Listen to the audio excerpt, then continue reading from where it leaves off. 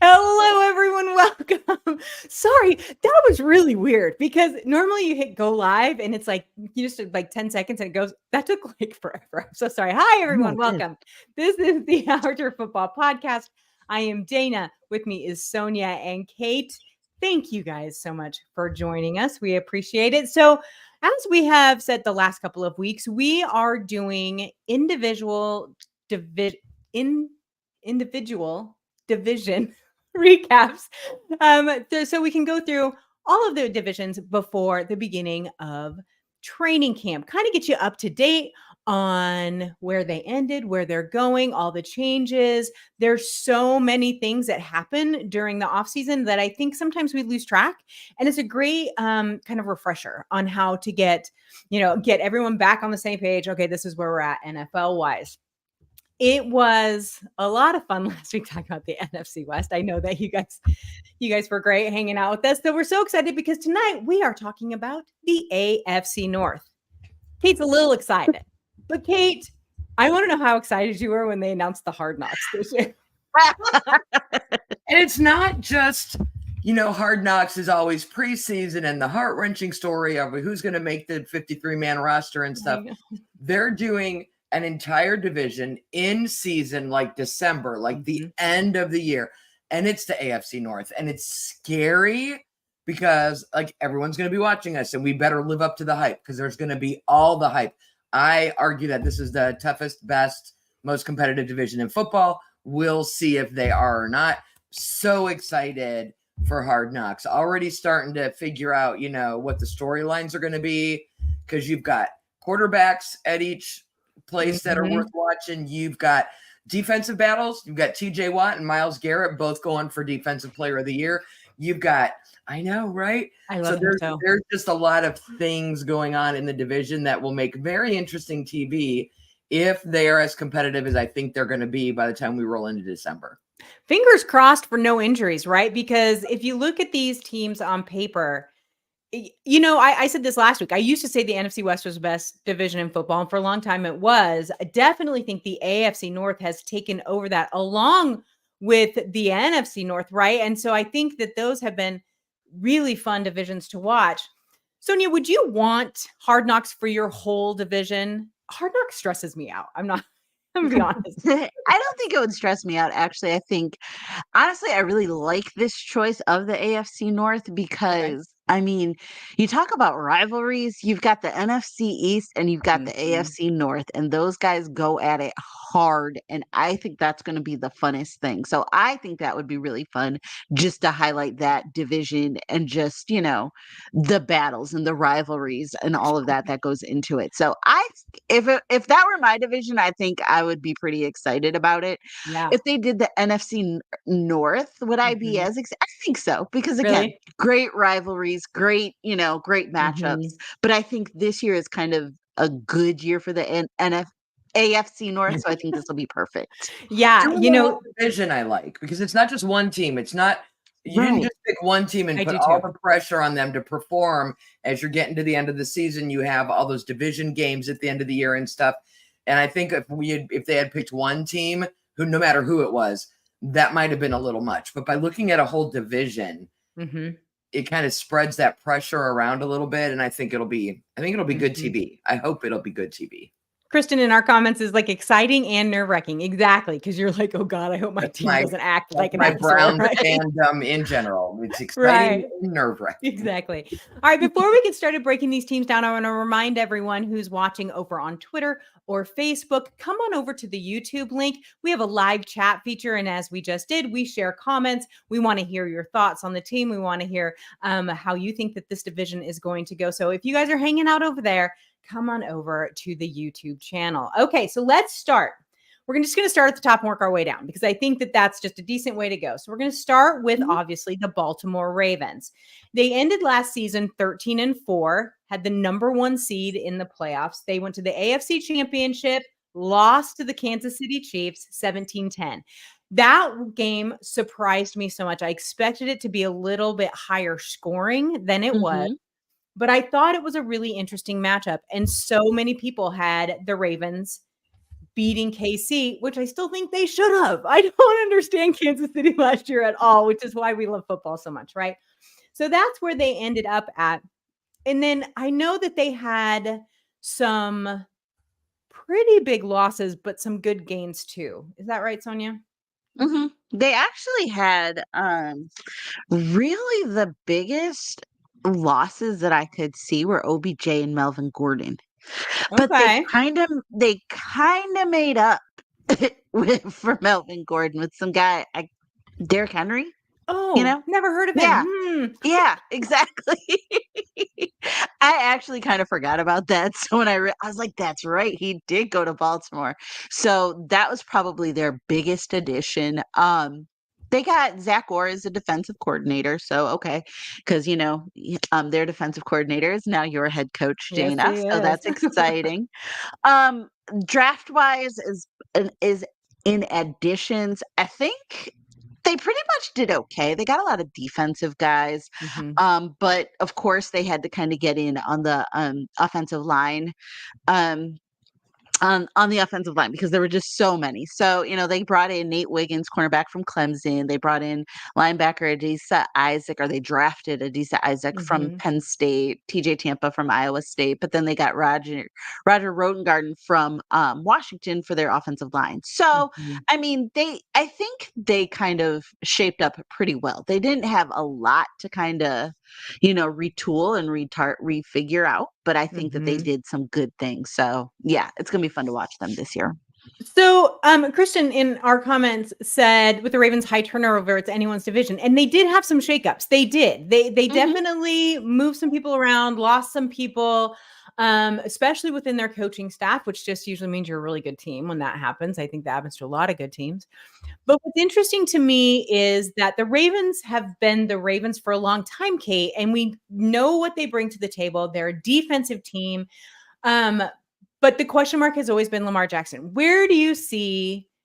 I'm personally a Lamar Jackson fan, so people don't come for me, and I don't like quarterbacks. But where do you see this team headed? Do you think they'll be? Because I know you're very good at taking your personal bias out of this, especially talk about this division because you like this division so well. So what do you see from this team coming into this next year? So the addition of Derrick Henry is huge. I can't Mhm. overemphasize how huge that is because defenses are already worried about Lamar running. And they've had some decent running backs in the past that have gotten good yardage because the defense was so focused on making sure Lamar didn't run. Mm-hmm. Derrick Henry is now you've got to plan for both of them. And it's going to make it very difficult for the front four and the front sixes on these defenses they're playing. And it'll take some of the pressure off of Lamar. He has put a lot of pressure on himself, not happy with his performance in the postseason last year. And they open up the season against Kansas City. So and they don't have a bye week until week 14. They are the last one in this division to have a bye. They need to stay healthy because they don't have that early bye to get some people a break and rest in that. So if Lamar can stay healthy, I don't see why they can't repeat and win the division again. Yeah. I don't think that their changes were astronomical enough to Right. knock them out of that right now. Now, we're going to talk about some other teams later down who did have some big losses last year that could make up for some of this room. But I just find the Ravens fascinating. John Harbaugh has been the coach now for life and longer down there, right? God love Right. like good Harbaugh. And so they really have a well-oiled machine. They know what they bring to the table. That could be a good thing and a bad thing, right? Because then teams always know what you're kind of bringing in. But if you do it well and they can't stop it, who the hell cares if they know what you're going to do, right? So it's interesting to me when you look at the Ravens, the expectations for them most years are very high. And some years they obviously do better than others. But I think, again, this year, the expectations are going to be high. Sonia, is this I know they just paid Lamar $1 quadrillion, right? Right. But legacy wise, I think this year has to really mean something at this point. Yes, he got to the AFC Championship last year. Yes, he is considered one of the best quarterbacks in the league, but I don't know. He just either can't stay on the field or can't finish. Do you think this is important? Of course it is, right? Oh yeah, of course it is. It is. It's huge, because I think that's one of the things that has just laid on his head, or, been a kind of a monkey Mhm. on his back type of thing. And to get to the AFC Championship this year, I think was big for him. Huge. But now I think it's time to take the next step. And that's what he wants to do. And yeah, he just has to stay healthy. And I think hopefully Harbs will kind of figure that in, because he's a brilliant guy. But I think that he'll figure that into their run. I hope so. Yeah. Unfortunately, they just come up against the brick wall that is the Kansas City Chiefs right now. So we'll have to Right. see how that goes this year. All right. So moving on to Kate's favorite team, we are going to talk about the Cleveland Browns. 11-6 last year, went to the wild card, went to the playoffs, went to the wild card. They lost to Houston. Ouch. 45-14. CJ Stroud came running. That's what he came in for. I can't wait to talk about that division, because we're just going to talk for 30 minutes about that, right? Not about this game, but about CJ Stroud. So obviously much better years than you had in the last couple. I think that last season proved a lot to a lot of people. What were their additions and subtractions, Sonia? So let's see. I mostly got additions. I really didn't see too many subtractions. Correct me if I'm wrong, Kate. I think the biggest thing, one of the bigger ones, is that, you guys extended Kevin Stefanski, brought in Ken Dorsey as the offensive coordinator, Deuce Staley as running backs coach. So there's some coaching changes and some coaching solidifications. I like to use Good big words every word. now That's and a then. nice word. Well done. I like it. So that was good. Jameis Winston they brought in, which I liked that. Tyler Huntley, Deontay Foreman, they brought those guys in. So very good there.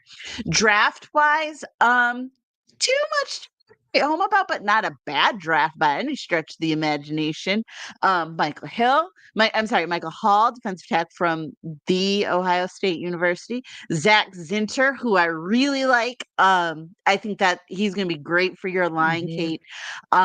He did break his leg last year at the end of the season. So, but it was just a broken leg, not like a knee or an ankle or something like that. So he can just recover. Not a part that really matters. No, Exactly. He's okay. Jamari Thrash from Louisville. So I think a lot of good additions. So I think that you guys are going to have a decent core there, I think. What do you think, Kate? Well, we're getting Nick Chubb back from injury. That's right. We had the optional voluntary mini camps, and he was here, but he was just on the bike. Like, he's still in rehab. From everything I've heard, he's on track. He's doing everything which we knew he would. He's such a pro. Doing everything he needs to do. The injury's rehabbing really well. He's on pace to be ready for week 1 against the Dallas Cowboys with Tom Brady in the announcing booth. Won't that be a good time?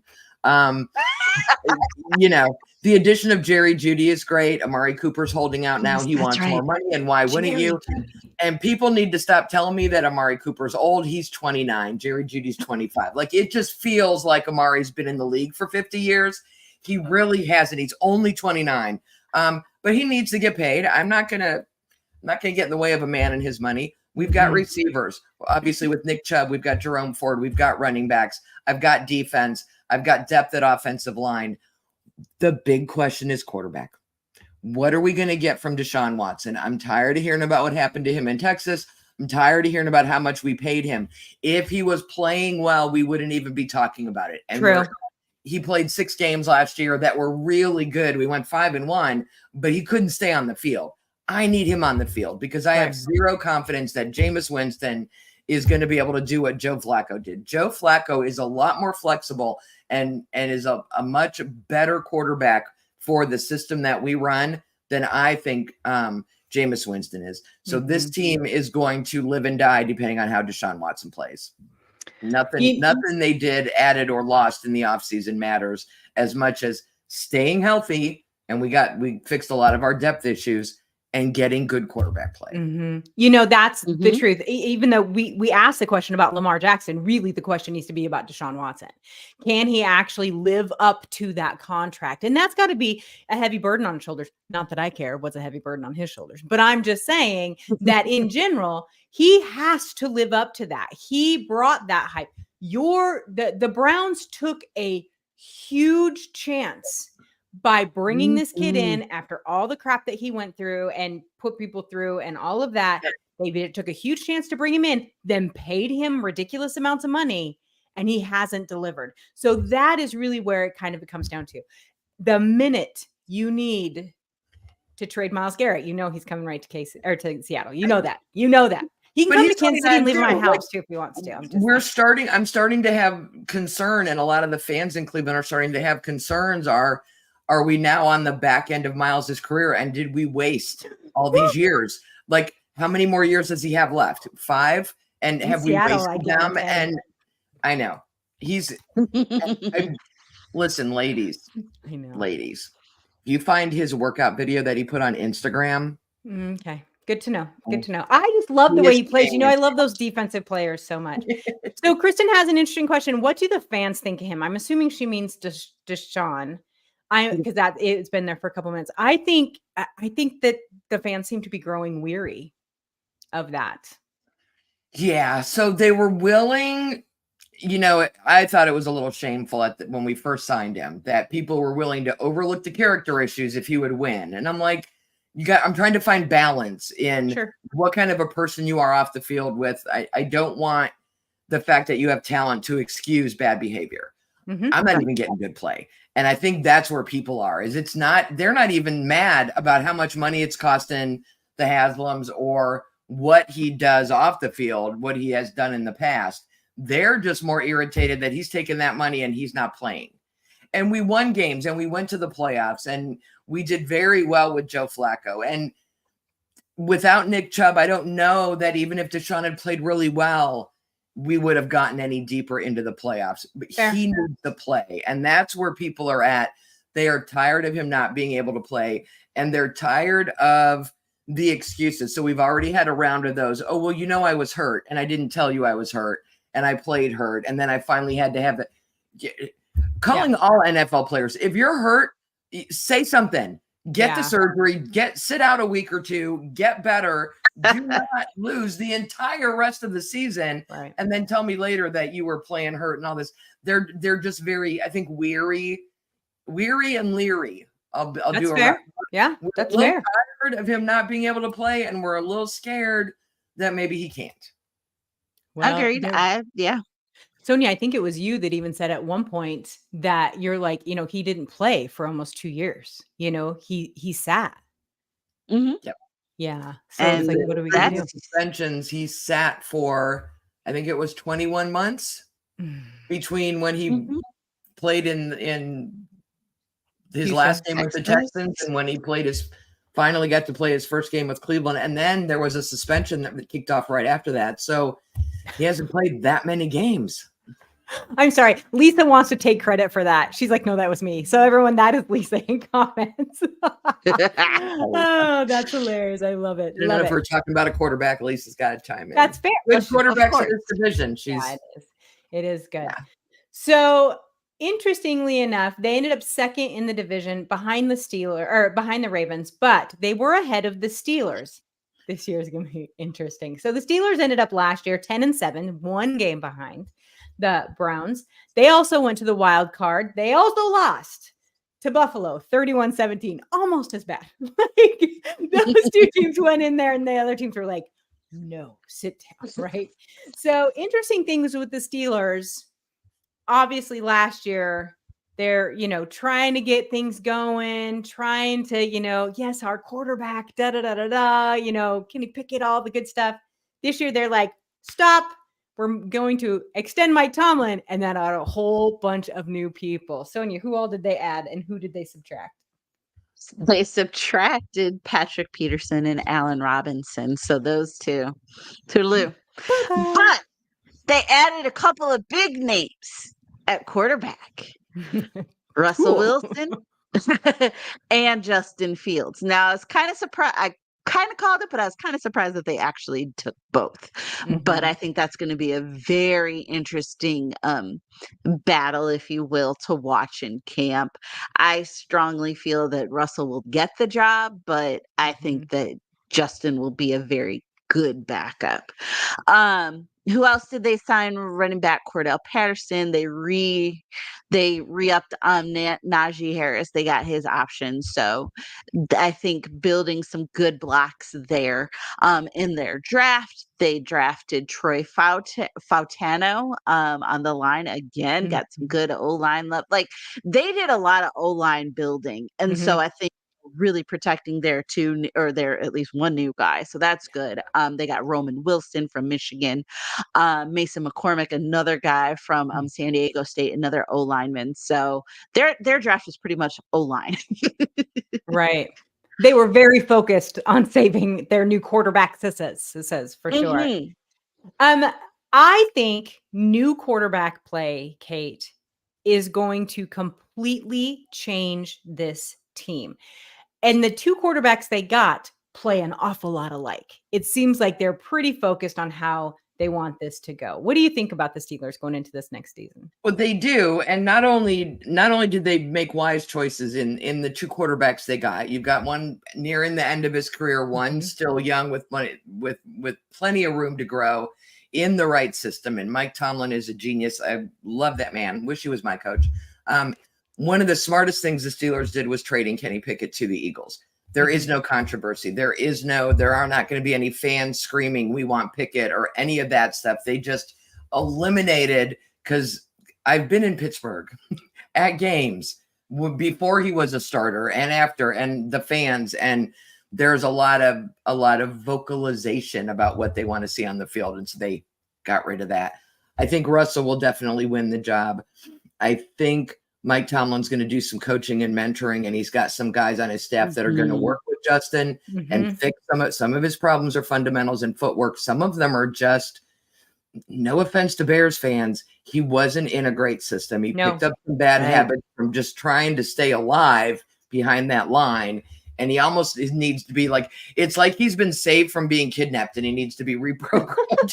And he just needs some time. I think long-term, he will be fine there, and he will be someone that I am going to have to play against twice a year for quite a while. But I think it's great to have him and Russell there together. I think is a good.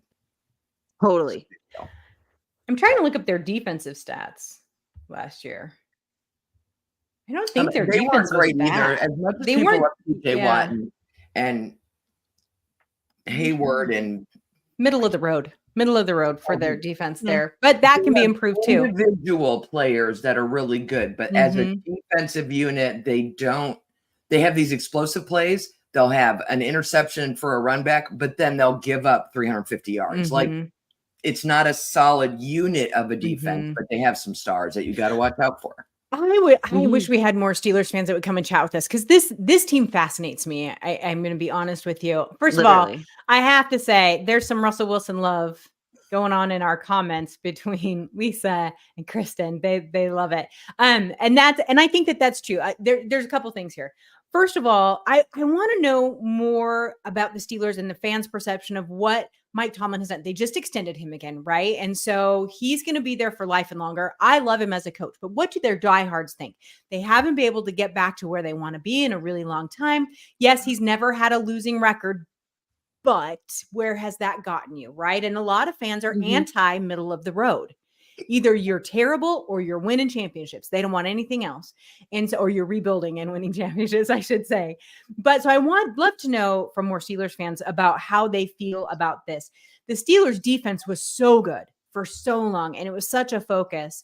And I think that you're absolutely right, Kate. They've lost some of that focus, but is it because their defense was on the field during 90% of the games because their offense couldn't stay on the field? That should change now with this quarterback and the O-line changes that they have in this team. And so I feel like we're going to see a defensive improvement because the offense is going to be better and keep them off the field a little bit longer. Now, it'll be interesting to see what happens with Russell Wilson, because he went from a system he was very good in to a system that he completely fell apart in. And so now it'll be interesting to see what you get back. But I do think this, and I think that this is really important. There's a lot of people out there who are like, oh, Russ is kind of a diva. He's not going to help him win. He understands his place. And I think he is there to help Justin Fields become a quarterback that he can be. And I think he'll do it. And I will argue that to the death, because as much as Russ can be very annoying, sometimes he's actually a really good person. So I can see him doing that. He's not Aaron Rodgers saying I'm not anybody's mentor. That's for sure. So it'll be interesting with that. All right. So let's move on to the last team. And that is the Cincinnati Bengals. This one hurt me. And I'm not going to, I'm going to be honest, because when Joe Burrow went out, it just deflated the division to me. And I think it's because we expected those battles between all of these teams to go. And all of a sudden the Bengals were like, oh, never mind.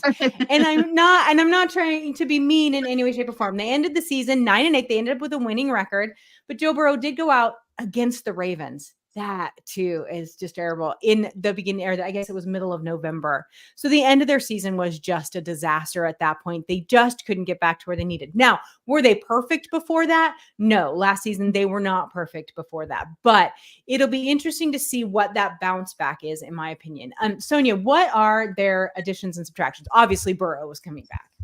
Yes, Burrow will be coming back. So some bigger additions, safety Von Bell. They got defensive tackle Sheldon Rankins. But who did they let go? Tyler Boyd, wide receiver. They let go, Chidobe Awuzie. Good job. Love it. And yes, get me in the booth. And then big one, running back Joe Mixon. Joe Mixon. Yeah, he is down in Texas now. So yeah, so I think they had some kind of bigger losses. But who were they able to get back? Like I said, safety Von Bell, defensive tackle Sheldon Rankins. But in their draft, they kind of peppered their draft. So they have they got offensive line, they got defensive line, wide receiver, cornerbacks. So they kind of spread the love, if you will. Mm-hmm. So yeah. Interesting to me, Kate, is the T. Higgins 1-year extension. I'm like, yes. Oh, so he's franchise tagged. Nice. Okay. I thought that was interesting.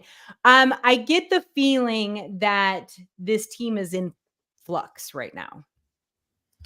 They don't know what to do with themselves because they don't have a plan B if Joe Burrow gets hurt. We saw that last year. Mm-hmm.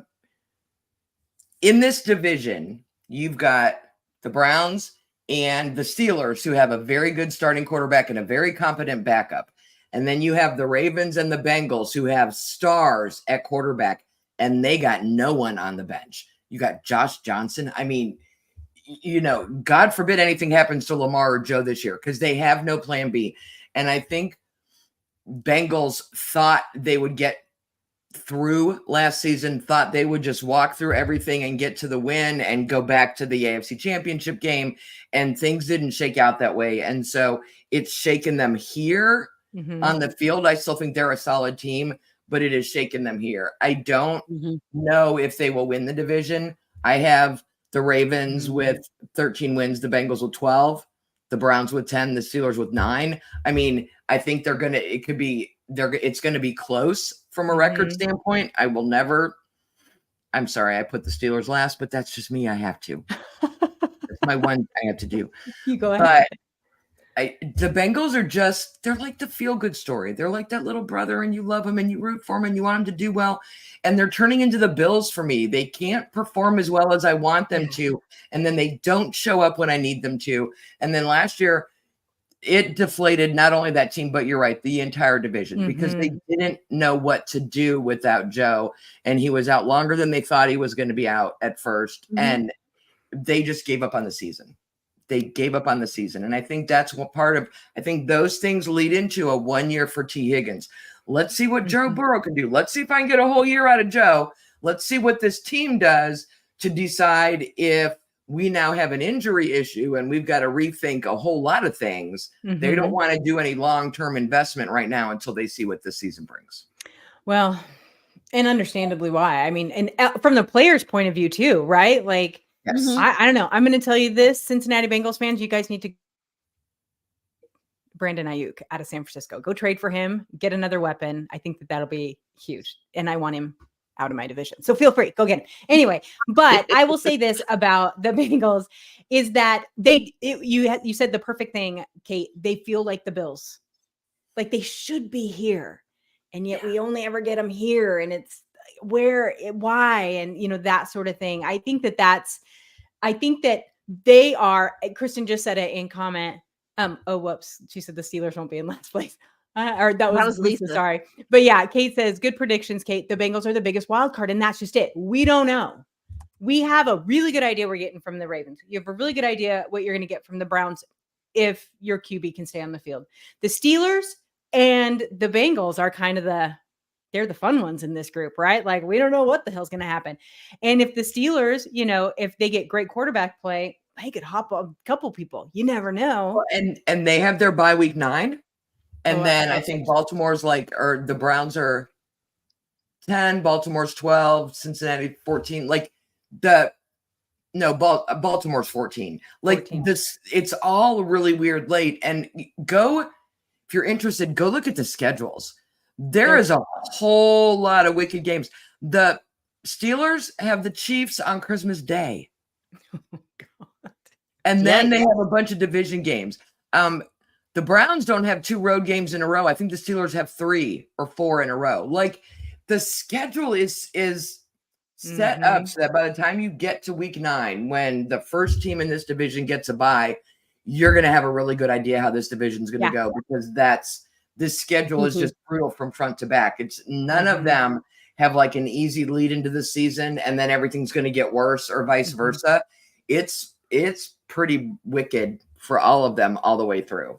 It does seem like there is one division every year. The NFC West was it last year, where every team has a gauntlet they have to go through, where it's just hard team after hard team after, and they put them together. All of them. Yep. Yeah. Each of them at different points. Well, we have the same opponents, right? Right. Exactly. Right. And it's brutal. And I'm just hoping this is a down year for the Giants and a couple other teams that we got to play, because I can't afford for them to be good. This is not the year to surprise us.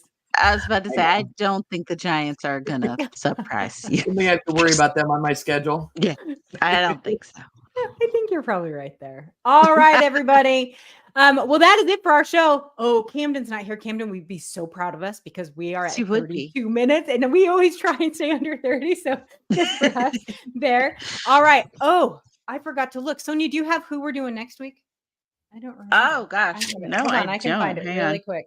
We're terrible hosts. Holy cow. We are very bad hosts. Okay, I got it right here. So next week. NFC West already, right? We did the NFC West last week. So next week it's going to be the AFC West. So we are going to tackle these Kansas City Chiefs. We're going to talk about evil Harbaugh down I almost said San Diego, in LA. That's how old I am, people. Sorry, my brain does that. We're going to talk about the Raiders and the Broncos, all very interesting teams for really different reasons. So we'll be back again. So we are here. Archer Football Podcast. I'm taking a picture of Lisa's comment that the Steelers won't be in last place, because I think they will. Yes, do it for sure. So everybody, we are here every Tuesday night, 8 p.m. Eastern time, 5 p.m. Pacific time, on YouTube, on Facebook, on Twitter. But remember, we have a live chat feature over on the YouTube channel while we are live, and you can give us your thoughts, your opinions. We love it. The more discourse, the better. We want to hear, what you have to say about these teams, because you know what? You're the expert for your division and your team, and we want to hear what you have to say. So we will see you guys all again next week. Have a good day.